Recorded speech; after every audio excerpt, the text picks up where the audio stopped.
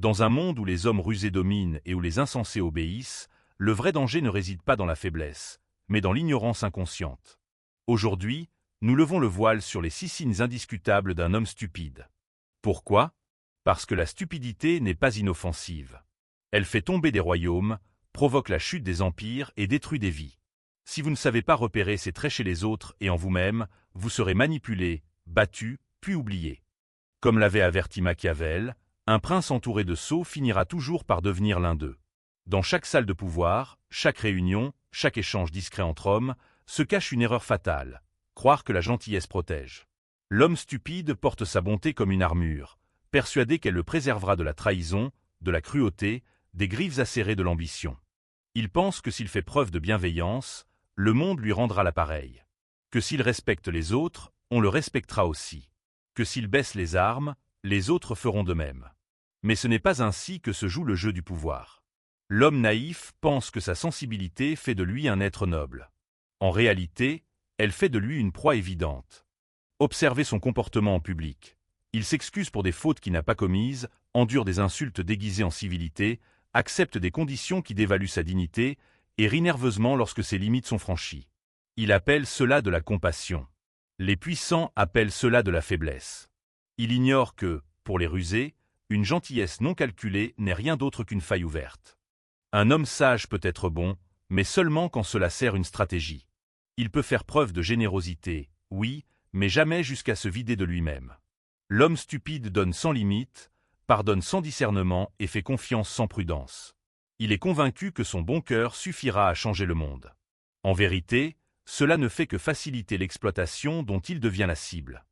Regardez à quelle vitesse les prédateurs l'encerclent. Le manipulateur l'encense. L'opportuniste le teste. Le narcissique s'en nourrit. Et que fait l'homme naïf? Il continue de donner, dans l'espoir qu'un jour, le monde reconnaîtra sa valeur.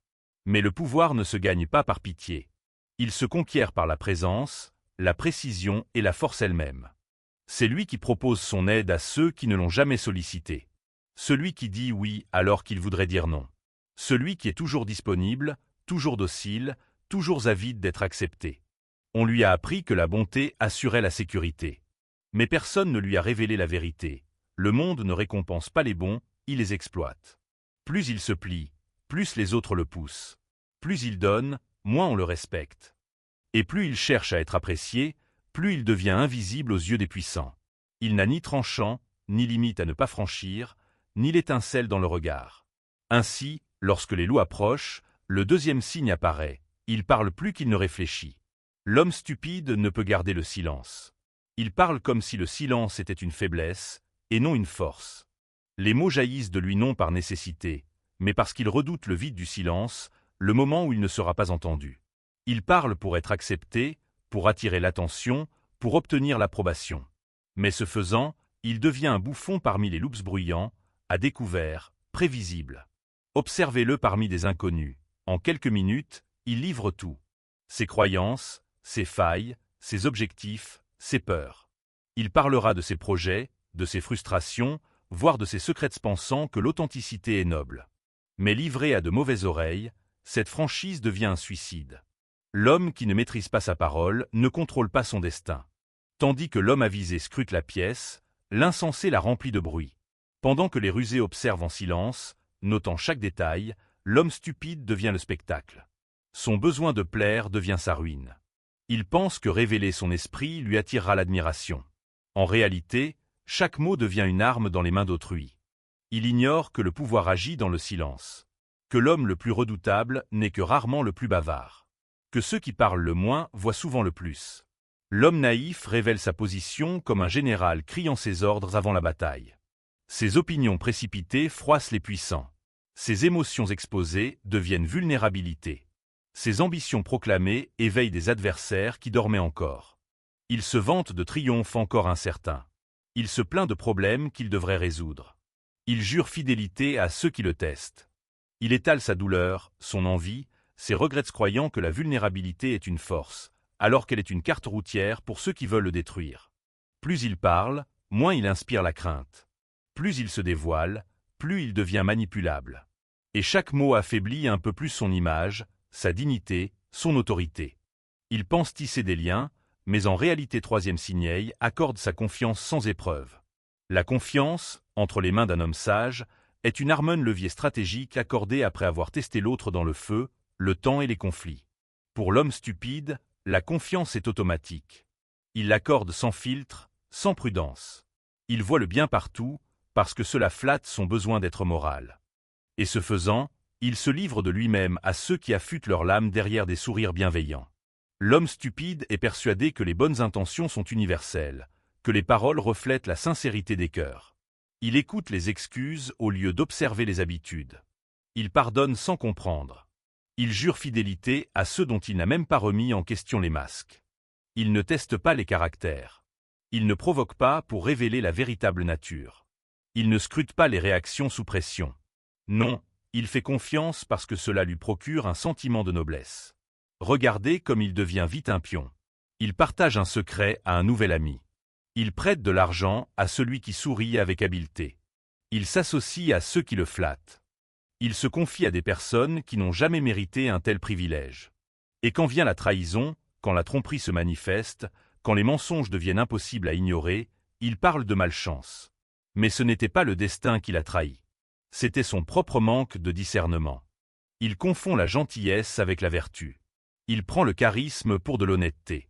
Il voit ce qu'il veut voir, car son ego exige que son jugement soit irréprochable. Il pense que faire confiance est une preuve d'amour, ou pire, de moralité.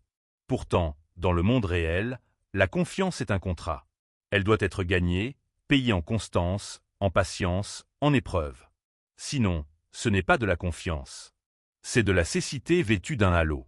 L'homme puissant commence toujours par observer. Il écoute, il attend, il analyse. Il donne des fragments de confiance et observe comment elles sont traitées. Mais l'homme stupide, lui, se précipite. Il donne les clés avant même de connaître le gardien. Et il s'étonne ensuite que la porte ouvre sur un piège. Il ne pose jamais les bonnes questions. Il n'observe pas attentivement. Il ne soupçonne jamais que ceux qui brillent le plus peuvent être les plus avides de tromperie. Quatrième signe, il cherche l'approbation plutôt que le respect. Il existe une différence subtile entre un homme qui veut être respecté et celui qui souhaite simplement être aimé. Le premier inspire l'autorité. Le second mendie de l'attention. Et l'homme stupide presque toujours choisit cette dernière voie. Il vend sa dignité, plie ses principes, étouffe son intuition, tout cela pour un sourire, une flatterie, une tape dans le dos. Il ignore que ceux qui quémandent l'admiration ne sont jamais pris au sérieux. Lorsqu'il entre dans une pièce, il demande silencieusement, à travers sa posture, sa voix, son empressement, « M'appréciez-vous » Il devient docile, même quand il est en désaccord. Il rit à des moqueries déguisées. Il flatte les puissants, même s'il les méprise en secret. Pourquoi ? Parce qu'il croit que l'acceptation est une garantie de sécurité. Que si tout le monde l'aime, personne ne lui fera de mal. Mais ce n'est pas ainsi que le monde fonctionne. L'homme en quête de validation sera toujours sous le joug de ceux qui la distribuent. Un simple compliment le rend loyal. Un refus le déstabilise. Un regard froid le fait chanceler. Toute son estime de soi repose sur les jugements d'autrui. Ainsi devient-il une marionnette attendant, espérant, quémandant l'approbation. Vous le reconnaîtrez à ses explications sans fin, à ses excuses injustifiées, à sa tendance à suivre l'opinion dominante, même lorsqu'elle trahit ses propres convictions. Il pense que se fondre dans le moule vaut mieux que de défendre ses principes. Il se dilue alors dans la masse, disparaître n'étant qu'un homme de plus, effacé, qui n'a jamais osé déranger, contredire ou diriger. Ceux qu'il cherche à impressionner peuvent lui sourire, mais intérieurement, il reste indifférent. Le respect naît des limites. Il prend racine dans le silence, la retenue, l'énigme. Mais l'homme stupide se met à nu, pensant que la vulnérabilité seule lui vaudra l'admiration. Il devient banal, interchangeable. Ceux qui détiennent le pouvoir ne quémandent pas l'admiration. Ils incarnent l'exemple que les autres imitent. Mais l'homme stupide, lui, attend les louanges comme un enfant attend des friandises. Il ne supporte pas le rejet.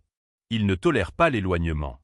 Il est prêt à tout pour regagner l'attention, même à sacrifier la dignité qui, seule, aurait pu lui valoir le respect. Cinquième signe, il réagit avec émotion au lieu de stratégie. Un homme incapable de maîtriser ses émotions ne pourra jamais maîtriser son destin. L'homme stupide réagit non par courage ou honnêteté, mais par faiblesse. Ses émotions ne sont pas des armes, mais des chaînes. Une insulte, et il explose. Une déception, et il s'effondre. Une trahison, et il est obsédé par une vengeance qu'il ne saura jamais exécuter. Il confond émotion et force alors qu'en vérité, c'est cette confusion qui le condamne. Il croit que ressentir profondément équivaut à agir intelligemment. Mais l'émotion obscurcit le champ de bataille.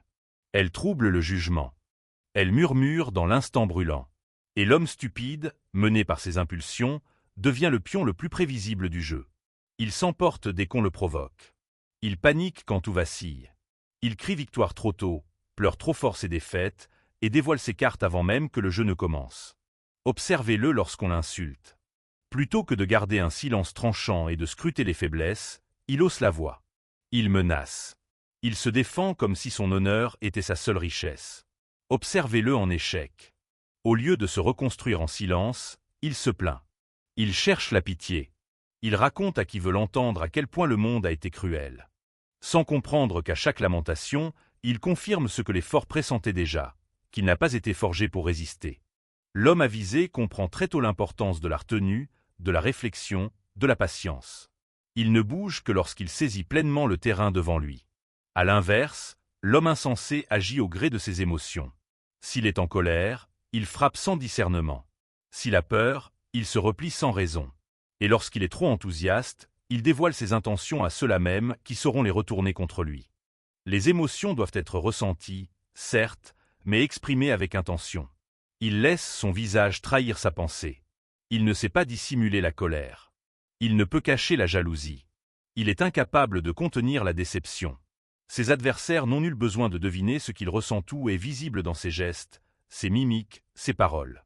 Il l'observe, l'analyse, et le manipule tel une marionnette suspendue à des fils qu'il ignore totalement. Signe numéro 6, il rejette la faute sur les autres. L'homme stupide évite toujours de se remettre en question. Il ne regarde jamais en lui-même, mais cherche en permanence un coupable pour justifier ses échecs. Lorsqu'il échoue, c'est la faute d'un autre. Lorsqu'il est repoussé, il accuse la jalousie. Lorsqu'il est ignoré, il crie à l'injustice. Jamais il ne se demande « quelle faille en moi a permis que cela se produise ?» Car poser cette question nécessite une lucidité qu'il redoute plus que tout. Il traverse l'existence persuadé que tout le monde lui veut du mal. Alors que la vérité est bien plus simple, le monde est indifférent. Il est convaincu que les autres sont la cause de sa stagnation, de ses revers, de son insignifiance. Ce serait la faute du système, de ses parents, de ses supérieurs, de ses proches, du destin. Mais jamais il ne reconnaît la vérité la plus troublante, que ses propres décisions irréfléchies, ses habitudes défaillantes et ses réactions précipitées ont bâti la prison dans laquelle il s'est enfermé. Et ainsi, il y reste enfermé car nul ne peut réparer ce qu'il refuse d'admettre cassé. Il ne peut évoluer s'il nie toute faille en lui. Il ne peut se transformer s'il se considère éternellement victime. C'est l'homme qui refuse de tirer des leçons de sa douleur. Il la ressent, bien sûr. Il souffre bruyamment. Il blâme le ciel et son entourage. Mais il ne prendra jamais le temps d'examiner sa douleur. Il ne la décortiquera pas tel un stratège. Il ne la transformera pas en force, comme un combattant. Il se contente de se plaindre. L'homme stupide fuit la responsabilité comme une allergie, car celle-ci implique le changement, et le changement exige de l'effort. Il est bien plus simple de répéter « ce n'est pas ma faute » que de se regarder en face et admettre « j'ai échoué ». Cette simple phrase « j'y ai échoué parce que je n'étais pas à la hauteur » la plus redoutée dans l'esprit de l'homme insensé. Car une fois acceptée, elle l'oblige à grandir, à évoluer. Et au fond de lui, il sait qu'il n'a pas bâti la force intérieure nécessaire pour entreprendre ce chemin. Alors il projette. Il attaque la réussite des autres. Il se moque de ceux qui avancent. Il s'entoure de personnes qui confirment ses illusions. Il privilégie le confort à la vérité, les compliments à la confrontation. Il dénigre ses adversaires comme étant chanceux et voit en ses proches des traîtres. Et pendant ce temps, il reste aveugle à une vérité aussi implacable qu'évidente. Son pire ennemi réside dans son propre refus d'assumer ses fautes. Vous l'avez maintenant reconnu. Ce n'est pas le fou en haillons, mais celui qui se cache derrière un masque, celui qui se croit malin, mais dévoile sa bêtise à travers chacune de ses réactions, chacun de ses propos, chacune de ses justifications. Il se noie dans le vacarme, les louanges, les illusions. Jamais dans le silence. Jamais dans la vérité. Et à cause de cela, il est condamné à rester impuissant. Machiavel ne prenait pas en pitié ces hommes. Il les observait.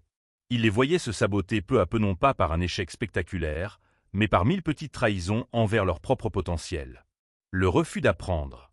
La peur de l'inconfort. Le besoin constant de reconnaissance. Le rejet de toute responsabilité. Ce ne sont pas des erreurs isolées. Ce sont des schémas. Et ils sont fatals. Si vous reconnaissez ces signes en vous, vous vous tenez à un carrefour. L'un des chemins est facile. Il ne requiert que votre orgueil et vos excuses.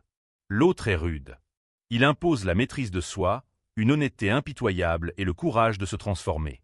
La majorité ne choisira jamais cette voie. Mais ceux qui le font deviennent redoutables, puissants, respectés, inarrêtables.